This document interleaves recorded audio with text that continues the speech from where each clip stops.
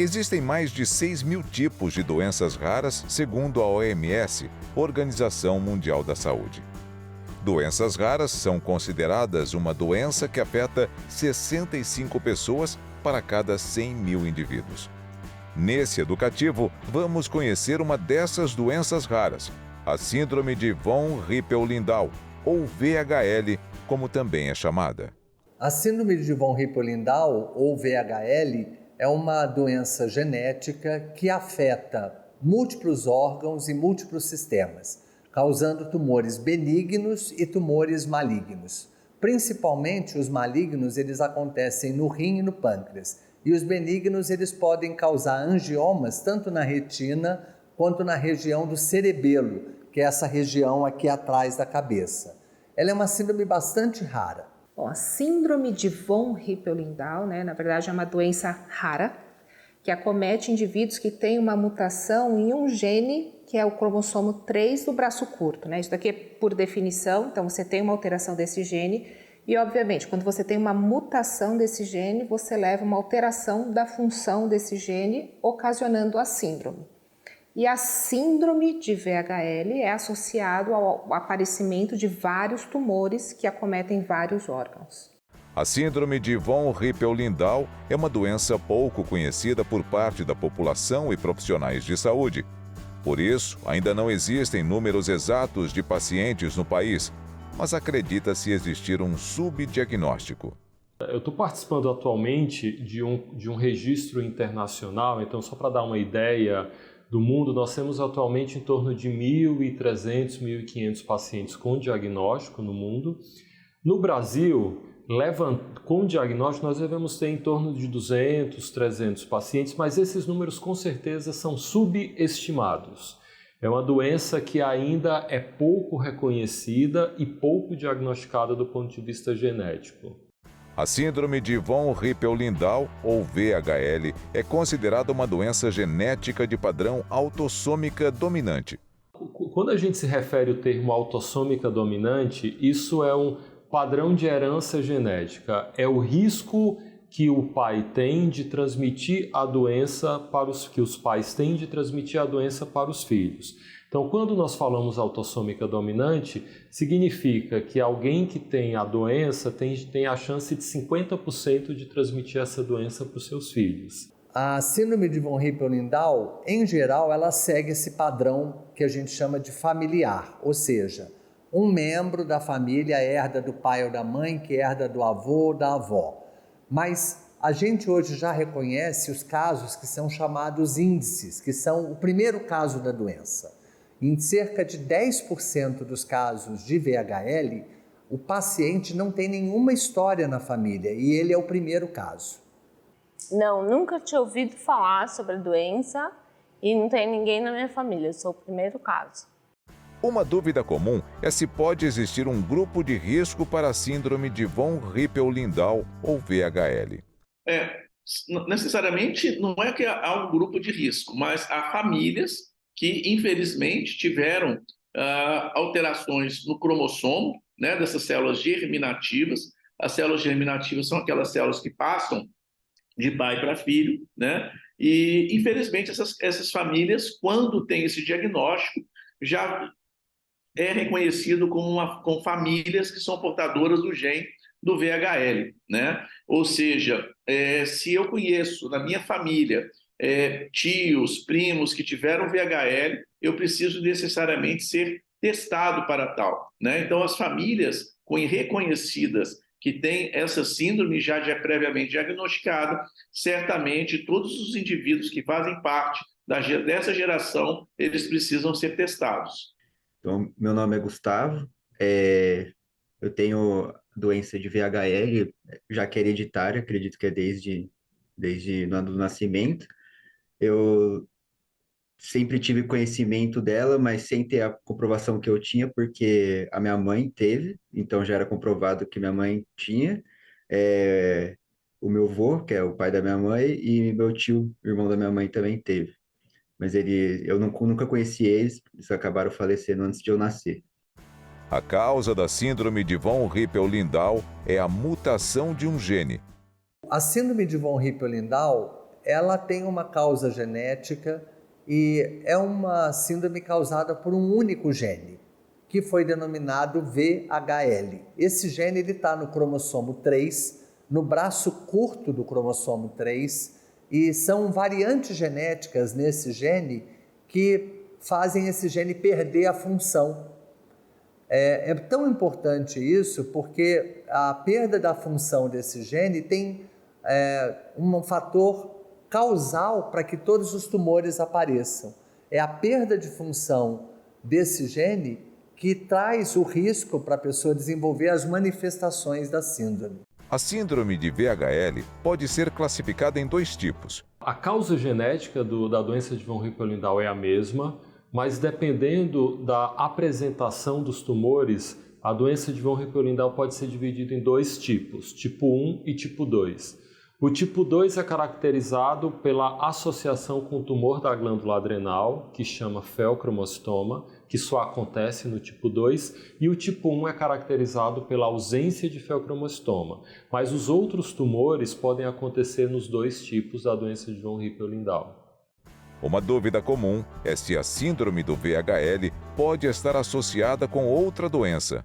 Então, a síndrome de VHL, ela geralmente não está associada a outras doenças, mas nada impede que um paciente tenha VHL e tenha hipertensão, diabetes. Então, o cuidado para o paciente ele tem que ser os cuidados que a gente já recomenda para a população geral, mas os cuidados específicos para a síndrome de von Hippel-Lindau. Os sinais e sintomas da doença aparecem de acordo com os órgãos afetados. Bom, os sintomas da doença são bastante variáveis, porque isso depende bastante da localização desses tumores benignos, os hemangioblastomas, porque os sintomas variam realmente de acordo com a presença ou crescimento dessas lesões em um órgão específico. Por exemplo, se o hemangioblastoma está localizado na coluna dorsal, muitas vezes a dor ela pode ser um sintoma, né? E essa dor pode ser uma dor de cabeça, pode ser uma dor na região do pescoço, pode ser uma dor da coluna como um todo, né? Se a localização é mais frequente, por exemplo, no olho, pode ver na retina principalmente, pode haver o aparecimento de uma visão turva, né? Então, eu diria que visão turva, dor de cabeça, dor nas costas de uma maneira geral, fraqueza muscular, são alguns dos sintomas muito importantes de serem reconhecidos. É importante salientar que em torno de 70% dos casos da síndrome de VHL ocorre os tumores malignos, que são os tumores primários de rim, são chamados carcinomas de células renais. Nesses casos, a gente precisa olhar para sintomas principalmente na urina, que é a presença de sangue, né, na urina, a presença de dor na região lombar, febre, emagrecimento, perda do apetite, fadiga, são sintomas muitas vezes relacionados a um câncer numa fase mais avançada. Os tumores que se desenvolvem são geralmente benignos e podem causar sintomas, dependendo do local onde aparecem. Mas alguns tumores também podem se tornar malignos, como o de rins e pâncreas. Os locais mais comuns são retina, cérebro, ouvido, medula espinhal, pâncreas, glândulas adrenais, rins.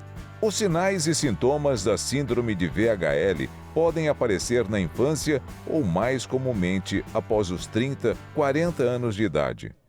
A doença, os tumores, eles vão se manifestando em diferentes idades. Então, as manifestações começam a surgir a partir dos 5 anos de idade. Então, o feocromostoma, que é um tumor da glândula adrenal, ele começa a surgir a partir dos 5 anos. Os tumores no pâncreas a partir dos 10, 15 anos. Os tumores do sistema nervoso central a partir dos 10 anos. Então, é nessa idade que a doença começa a ser diagnosticada. O ponto é que quando existe alguém na família que tem o diagnóstico, aí nós já investigamos todos os membros e as crianças daquela família e nós começamos a fazer os exames muito cedo. E aí a gente consegue dar o diagnóstico muito precocemente. Quando a gente não tem esse diagnóstico, frequentemente o diagnóstico é muito retardado. Ele acontece depois dos 30, 40 anos, quando a doença já está avançada e os tumores também estão maiores. Mas aí com uns 13 para 14 anos, assim, eu comecei a havia um coro esquerdo, um pontinho, um embaçadinho ali, e aí eu fui no médico, e aí investigando, fazendo todas as investigações, viu que tinha um tumor na retina ali, tinha essa questão, e aí eu lembro que eu fui com meu pai nessa consulta, e ele lembrou já do histórico da minha mãe e falou, melhor fazer uma investigação total, né? As manifestações e sintomas do VHL muitas vezes podem ser confundidos com outras doenças e atrasar o diagnóstico. A síndrome de von Hippel-Lindau ela pode ser confundida com qualquer outra síndrome ou qualquer outro tumor esporádico nas localizações dos tumores onde o VHL pode afetar. Então, o câncer de rim, por exemplo, raramente o urologista vai desconfiar que seja a síndrome de von Hippel-Lindau, a não ser que ele pergunte a história da família e a não ser que ele veja mais de um câncer de rim, ou afetando o mesmo rim, ou afetando ambos os rins. Então, quando você encontra tumores múltiplos, isso é que levanta a suspeita da síndrome de von Hippel-Lindau. E se na família esse paciente que teve um câncer de rim tem também casos de angioma de retina ou do sistema nervoso central, isso facilita muito o diagnóstico clínico. Então é muito importante que os médicos das suas especialidades entendam de forma sistêmica a síndrome, porque a síndrome pode causar manifestações em outros locais, além dos locais onde eles estão habitualmente acostumados a tratar. Então, o urologista tem que prestar atenção em relação a sintomas neurológicos, sintomas oftalmológicos, tanto no paciente como na família. Na época, eu comecei com uma dor no braço, que, na verdade, eu tinha um tumor entre a clavícula e a escápula. E eu gostava de praticar aos finais de semana, jogava tênis e esportista de final de semana. Comecei com uma dor muito forte no braço. E aí procurei um ortopedista para ver o que era e fiquei por 6 meses tomando anti-inflamatório, achando que poderia ser um tendão, alguma coisa, e fazendo somente radiografias. E aí quando eu não passava, depois de 6 meses, eu troquei de ortopedista, foi quando ele pediu uma ressonância magnética e diagnosticou que eu tinha um tumor entre a clavícula e a escápula, já avançado com quase 7 centímetros. Por ser uma doença rara, ainda existe muito desconhecimento sobre a síndrome de von Hippel-Lindau, ou VHL, pela população e por profissionais de saúde. Existe um desconhecimento da doença geral, não só na população, como também entre profissionais de saúde, até pelo fato de ser uma doença extremamente rara, né? Então, assim, tudo que é raro gera mais conhecimento porque não é a rotina dos médicos, né? Então, mas isso é muito importante ser divulgado, as alterações de imagem, os sintomas. Não raro, os sintomas são negligenciados, principalmente em pacientes jovens. Então, a mediana de idade é de 25, 26 anos. Então, assim, não raro você vai achar que é alguma outra coisa, que é estresse. Essa parcela da população não procura geralmente profissionais de saúde, ainda não fazem exame de rotina. Então, é uma parcela que a gente tem que ficar mais alerta e pensar na síndrome, porque se não pensar na síndrome, não se faz o diagnóstico. É super importante, então, que o urologista ou o médico da família ou qualquer colega que identifique em algum exame, porque geralmente isso não costuma dar sintoma, mas em algum exame de imagem, solicitado por qualquer outro motivo, vários tumores renais, principalmente se eles forem bilaterais e se acometerem homens ou mulheres jovens, isso precisa acender uma luz amarela, isso pode ser doença de von Hippel-Lindau. No começo das dores eu procurei primeiro um ortopedista. Quando ele fez o exame de imagem com a ressonância, ele já me encaminhou direto para um oncologista, porque ele desconfiou que podia ser um câncer em metástase, alguma coisa assim parecida. Eu não sabia que era o VHL. O diagnóstico da síndrome de von Hippel-Lindau se faz através de suspeita clínica e a confirmação através do teste genético. Então, o diagnóstico ele pode ser feito de duas formas. Ele pode começar pela suspeita clínica. Quando que nós suspeitamos? Né? Quando o paciente tem o feocromocitoma, quando o paciente tem um hemangioblastoma, quando o paciente tem um tumor pancreático associado a algum desses tumores, ou quando o paciente tem um carcinoma renal de células claras antes dos 40 anos.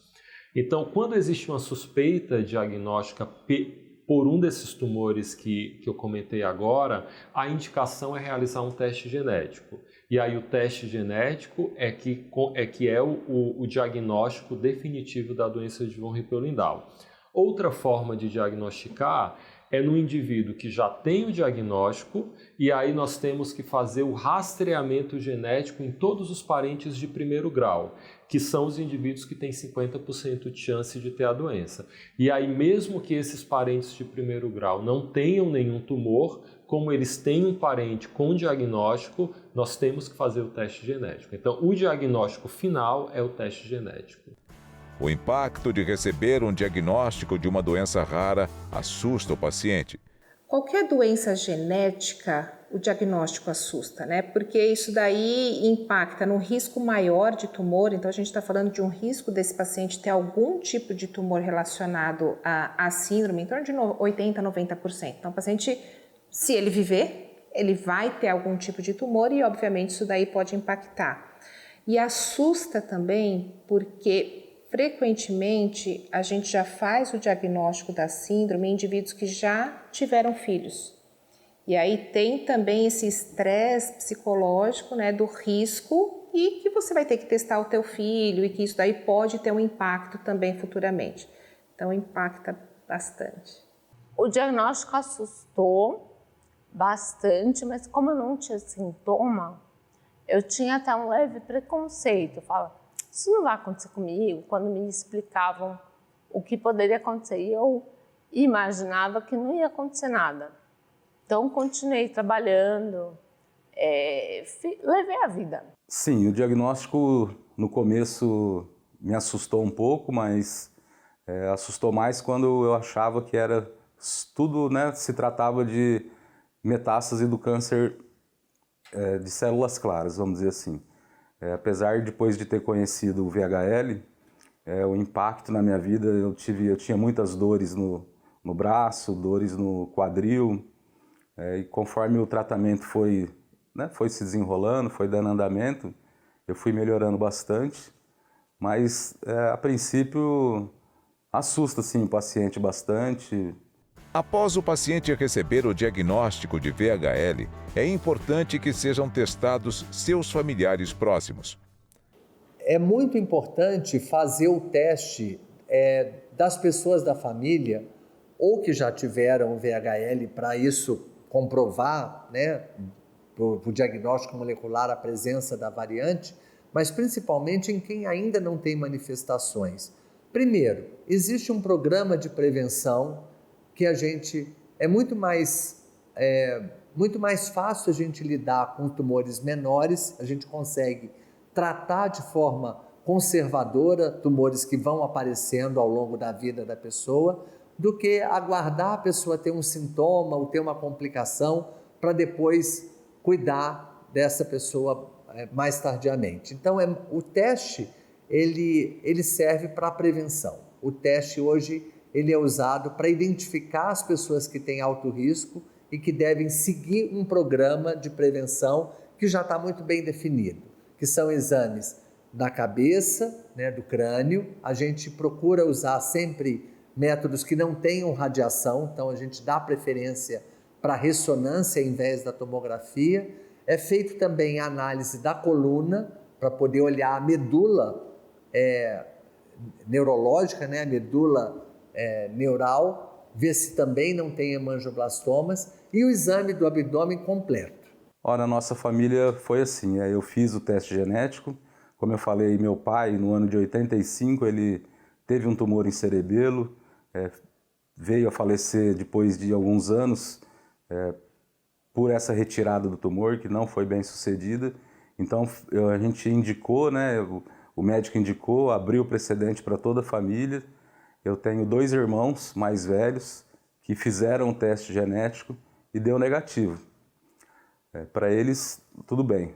Porém, minha filha, ela fez o teste genético e ela também é portadora da síndrome e já vem em acompanhamento. Ela tem 17 anos hoje e desde os 14 anos ela vem em acompanhamento para ver se a doença já surgiu no caso dela. Ela já tem alguns nódulos em cerebelo e em retina também, porém ela está sendo acompanhada pela oncologista dela para ver o desenvolvimento da doença e ver de perto, né, para poder tomar uma atitude antes que se desenvolva e fique como no meu caso, que já estava mais avançado. Vamos entender como é a evolução da síndrome de VHL. Geralmente a evolução da síndrome VHL ela é lenta porque grande parte desses tumores são benignos, né? E o aparecimento de tumor maligno, principalmente o carcinoma de células renais, ele ocorre em 70% dos casos da síndrome de VHL, né? Em geral, quando há um reconhecimento ou a suspeita de um tumor renal, isso precisa ser rapidamente tratado porque essa é uma doença de rápida evolução. Os demais tumores, principalmente os tumores de linhagem vascular, eles não têm um crescimento rápido, né? E eles muitas vezes podem nem causar sintomas de uma maneira geral, né? Eu já tive pacientes, por exemplo, que tiveram diagnósticos bastante tardios porque não tinham sintomas algum, né? E já numa fase mais avançada da vida, depois da 7ª década de vida, e que apareceu alguma lesão suspeita de rim. Então, numa investigação que a gente acabou fazendo um diagnóstico realmente de uma síndrome de VHL, mas muitos desses pacientes realmente não têm sintomas. A síndrome de VHL, se não tratada, pode trazer sérias consequências à saúde do paciente. A síndrome de von Hippel-Lindau, ela pode causar muitas lesões permanentes. A gente chama de morbidades. Então, os angiomas de retina, eles podem levar a perdas visuais e até a cegueira, quando eles afetam os dois olhos. Os tumores que dão no ouvido podem causar desde zumbidos até perda completa da audição. Os tumores que dão no sistema nervoso central, que também são benignos, os angiomas de cerebelo, cérebro e medula, podem causar compressão e sangramento, sendo necessárias muitas vezes cirurgias de urgência, né? Principalmente naquelas pessoas que ainda não têm o diagnóstico e não acompanham essas lesões com frequência. E alguns pacientes podem desenvolver déficits neurológicos severos. Já os cânceres de rim, eles podem, depois de um tamanho de 3 centímetros, já existe um risco maior de metástase, e esse é um diagnóstico que a gente não quer fazer nas pessoas, porque isso exige quimioterapia, tratamentos com imunoterapia. Hoje existem vários tratamentos novos para situações de tumores avançados. O mesmo para os cânceres, para os tumores de pâncreas. Então, o meu VHL é mais da parte neurológica. Então, eu tive um tumor na adrenal, mas eu tenho muito no sistema nervoso central. Então, eu comecei a perder força nos braços de novo, início. Então, eu não conseguia me alimentar muito bem. E aí eu operei, e voltava. Até então eu andava, e um belo dia eu fui fazer uma cirurgia, eu broncoaspirei. Aí eu tive que ser tracostomizada, fiquei na UTI 2 meses. E aí quando eu acordei, eu não movia um dedo. E aí eu parei de andar. Aí a luta começou. Primeiramente eu tive esse tumor grande que foi que me deu a dor entre a clavícula e a escápula. E aí que foi que levou todo ao diagnóstico. E, né, assim, uns meses para frente comecei com muita dor no quadril, dor em acetábulo. E aí quando foi feito o PET-CT e toda a investigação da doença, né, os exames de imagem, eu tenho nódulos em adrenal, nos 2 rins, pulmão, pâncreas, cerebelo e retina. São todos nódulos pequenos que estão sendo acompanhados, porém, o do rim esquerdo virou um câncer renal de células claras, um carcinoma de células claras. Vamos entender quais são os tumores causados pelo VHL ou síndrome de von Hippel-Lindau. Hemangioblastomas. O hemangioblastoma, ele é um tumor altamente vascular, na verdade ele tem vários vasos que acabam formando esse tumor, então é um tumor altamente sangrante, é um tumor considerado não maligno, que acomete geralmente cerebelo, que é um órgão mais relacionado ao equilíbrio, e medula espinhal nos pacientes com a síndrome de VHL. Frequentemente, nesses pacientes, os hemangioblastomas são múltiplos, então a intervenção vai depender da manifestação clínica. E a gente pode ter esse tumor, que é o hemangioblastoma, na retina, que isso daí impacta no paciente com perda da acuidade visual. Feocromocitoma e paragangliomas. Feocromocitomas e paragangliomas são tumores, na maioria das vezes benignos, 90% das vezes são benignos, produtores de catecolaminas. Né? Essas catecolaminas são hormônios que produzem uma pressão alta de difícil controle, taquicardia importante, então o paciente fica bastante sintomático. Os feocromocitomas, na sua grande maioria, estão localizados nas glândulas suprarrenais, conhecidas também como adrenais, e os paragangliomas eles podem envolver qualquer gânglio no corpo. Na maioria das vezes eles estão aqui na região do seio carotídeo. Ainda não existe cura para a síndrome de von Hippel-Lindau ou VHL, mas existem tratamentos para os tumores. Não existe cura para a doença, é uma doença genética, então nós não temos ainda nenhuma terapia gênica que faça o gene voltar a funcionar, reestabelecer a sua função completa, mas existe tratamento. A primeira etapa mais importante do tratamento é o diagnóstico precoce.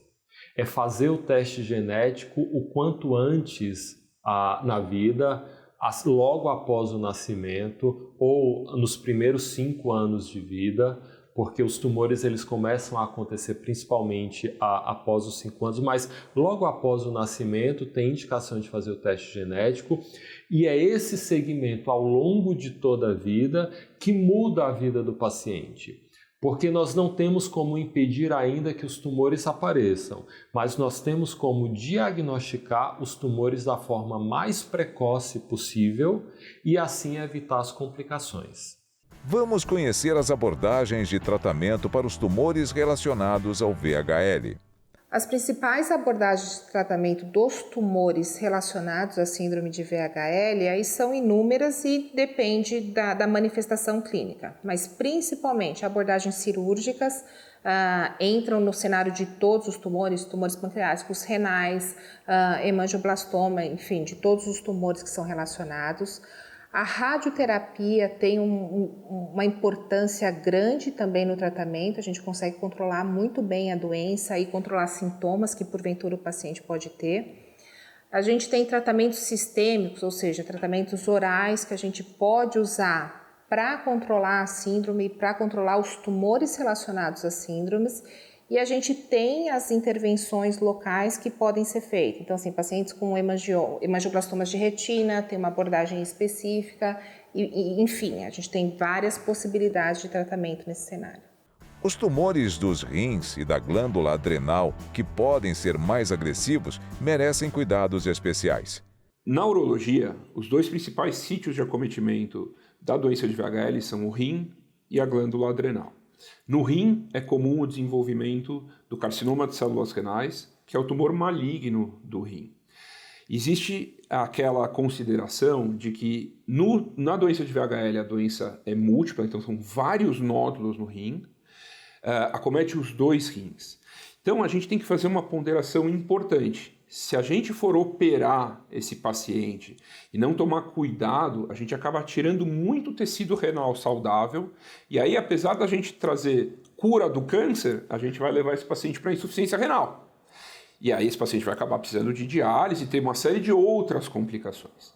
Então, o tratamento clássico do carcinoma de células renais num paciente que tem doença de VHL é a enucleação, é a ressecção exclusiva do nódulo renal para a gente preservar o máximo de parênquima, de tecido renal saudável.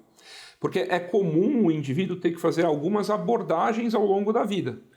E a gente sabe que para doenças menores do que 3 centímetros, a chance da gente ter uma complicação, uma metástase desse tumor é muito pequena.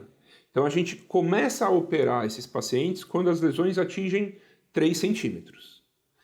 No feocromostoma, o tratamento na maioria das vezes é cirúrgico. A gente precisa retirar a glândula adrenal que está acometida por esse tumor, na maioria das vezes benigno, mas que provoca uma série de alterações sistêmicas causadas pela liberação exacerbada da catecolamina.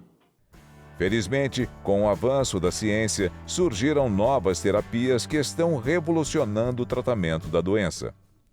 Em relação a novas abordagens da síndrome de VHL, a gente tem um tratamento sistêmico que foi recentemente aprovado tanto nos Estados Unidos pelo FDA quanto aqui no Brasil, que é o Belzutifan, que isso revolucionou, na verdade, o tratamento dos pacientes com a síndrome de VHL e os tumores relacionados. Então, essa medicação, ela age exatamente nessa via que é mutada nesses pacientes, com o objetivo de aumentar a taxa de resposta, ou seja, diminuir esses tumores e prolongar a sobrevida dos pacientes com VHL. Recentemente, um novo medicamento abriu a possibilidade de tratar pacientes com a síndrome de von Hippel-Lindau de uma maneira sistêmica. E o estudo que determinou que esse medicamento era eficaz testou primeiramente os pacientes que tinham câncer de rim.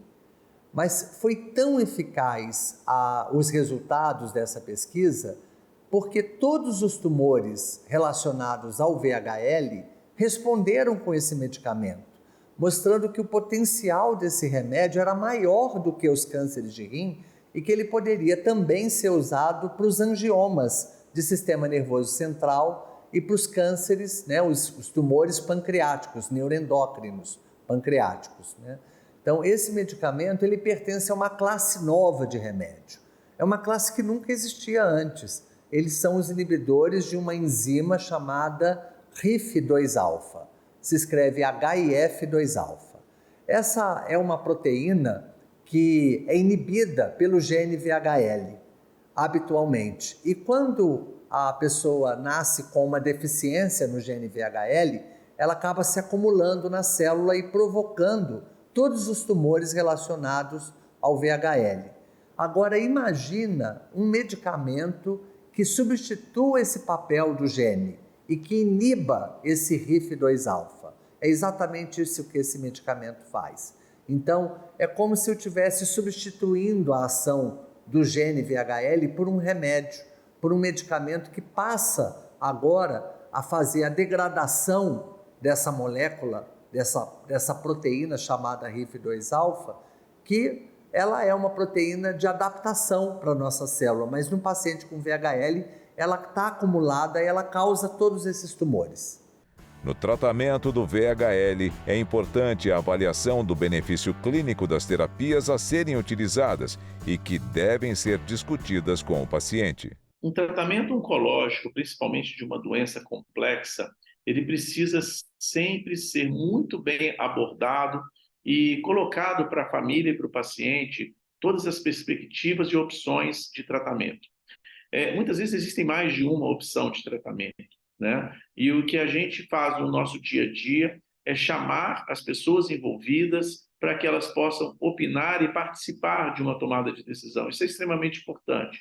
Numa doença complexa como a VHL, certamente decisões como operar ou não operar e fazer tratamentos medicamentosos é algo que precisa ser sempre discutido. No tratamento do paciente com a síndrome de VHL, é fundamental uma equipe multiprofissional. Então, a doença de VHL é uma doença que provoca o desenvolvimento de tumores numa série de órgãos no corpo humano. Por esse motivo, um envolvimento multiprofissional é extremamente importante. A gente precisa ter um geneticista, um oncogeneticista, que talvez seja o nosso maestro, mas é importantíssimo a gente envolver um oftalmologista para entender se não tem lesão na retina, eventualmente um neurologista para ver se não tem lesão no sistema nervoso central, o urologista que vai avaliar o rim, a adrenal, o epidídimo, e às vezes o cirurgião do aparelho digestivo ou o gastro, porque também existe risco de lesão no pâncreas. Então, esse tratamento multidisciplinar e às vezes envolvendo até outros profissionais, como por exemplo psicólogos, para darem suporte, explicarem como é que é a situação do paciente que vive com a doença de von Hippel-Lindau, é extremamente importante para trazer o maior benefício possível para o paciente. A ajuda psicológica pode auxiliar o paciente na jornada do tratamento. Eu acredito que o acompanhamento psicológico é fundamental, né? Nós estamos falando de uma doença genética crônica, que o paciente vai ter manifestações ao longo da vida, vai precisar fazer exames de imagem, de ressonância ao longo de toda a vida. Então, ele vai precisar conviver com esse risco, com a doença para o resto da vida. Então, o apoio psicológico, o suporte psicológico é fundamental. Eu precisei de ajuda psicológica bastante. Lá atrás, quando eu fiz o diagnóstico, amadureci muito isso, mas hoje eu preciso muito. Apesar de eu estar super bem resolvida com a doença, minha psicóloga não troco por nada nesse mundo. Eu acho importante essa parte psicológica e terapêutica, de terapia psicológica, você ter junto do tratamento. Eu comecei a me atentar mais a essa parte agora mais velho, que eu comecei a passar com um terapeuta para ver, e ajudou bastante, ajuda... Cada um tem as suas questões psicológicas, mas questões psicológicas relacionadas à doença, às vezes você fica com medo do futuro, é muito importante. A família também cumpre um papel importante no apoio ao paciente com VHL. O apoio familiar é essencial também, né? Até porque, como é uma doença genética, que o paciente vai ter, na grande parte dos casos, vários outros membros da família afetados. Então, o engajamento dos familiares na doença, o apoio dos familiares não afetados é essencial. A família é muito importante no tratamento. Suporte de esposa, mãe, irmãos, é todo um aparato que eu considero de maior importância. Conhecimento de tudo, acompanhamento, enfim, é muito importante. Sem dúvidas, a família é de grande importância. No meu caso, principalmente, que foi desde adolescente, assim, então sempre tive muito apoio dos meus pais, da família, para levar em consulta, para fazer o que for possível, o que fosse preciso para ter o melhor acesso ao melhor tratamento. Então, é muito importante também, às vezes você passa por uma cirurgia, você ter o apoio familiar ali para te ajudar na recuperação. Então, sem dúvidas, uma rede de apoio é importante. Acho super importante a família no tratamento. Minha mãe é excelente. Meu marido me ajuda muitíssimo. Acho que ajuda muito. É uma doença, querendo ou não, afeta a família, né? Então, o Lucas, meu filho, fala que eu tenho um bichinho. Até hoje, ele tem 11 anos, mas é o bichinho. A doença, que é um nome feio, von Hippel, é o bichinho e tá tudo certo. A jornada do paciente com a síndrome de von Hippel-Lindau não é fácil e muitas vezes pode ser árdua.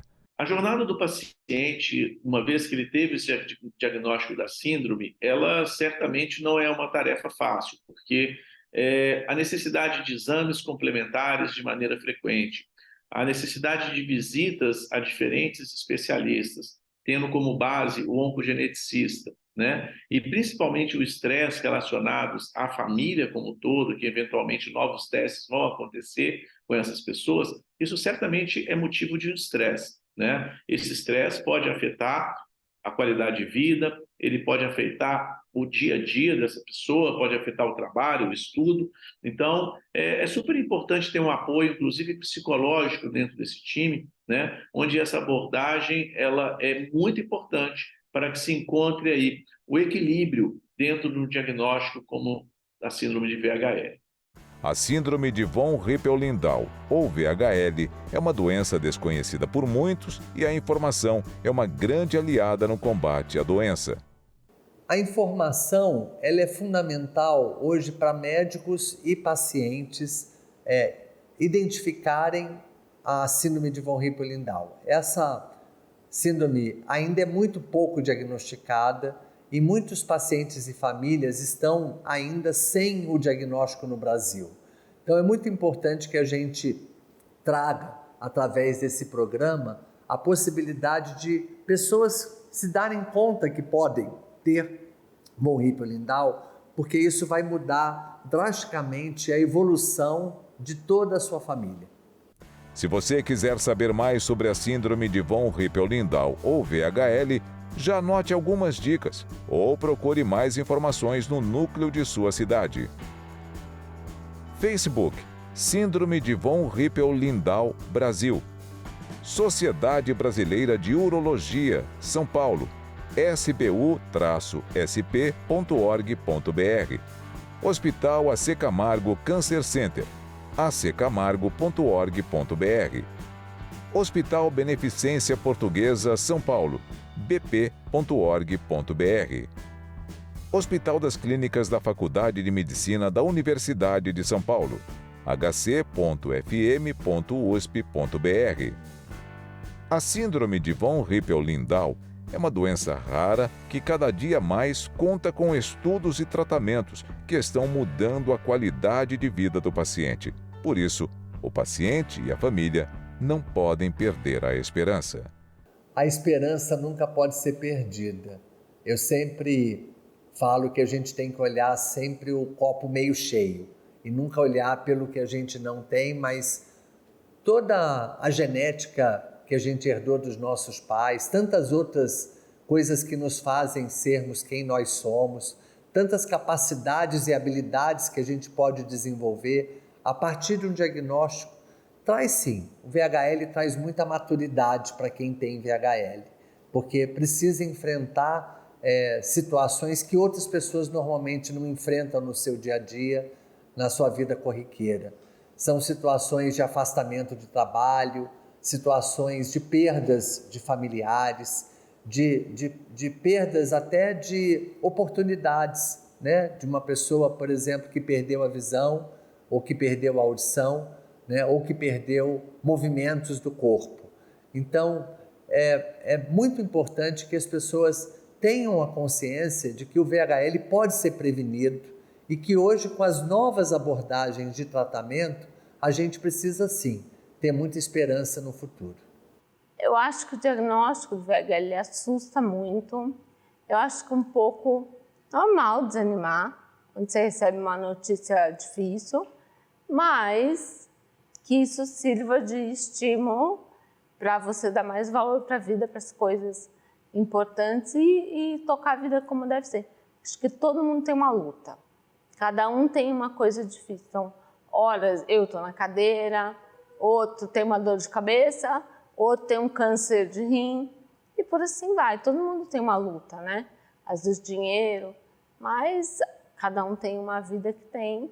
E eu acho que você tem que fazer o melhor possível com isso. Olha, o conselho que eu posso dar é que desanimar jamais, né? Eu era jovem, né? Me considero ainda jovem. Hoje, quando num diagnóstico em torno de 46 anos, que eu fui descobrir a doença, hoje com 50, então estou vivendo, tenho uma vida boa, tenho uma qualidade de vida boa, consigo ainda desenvolver trabalho, dirijo, vida normal.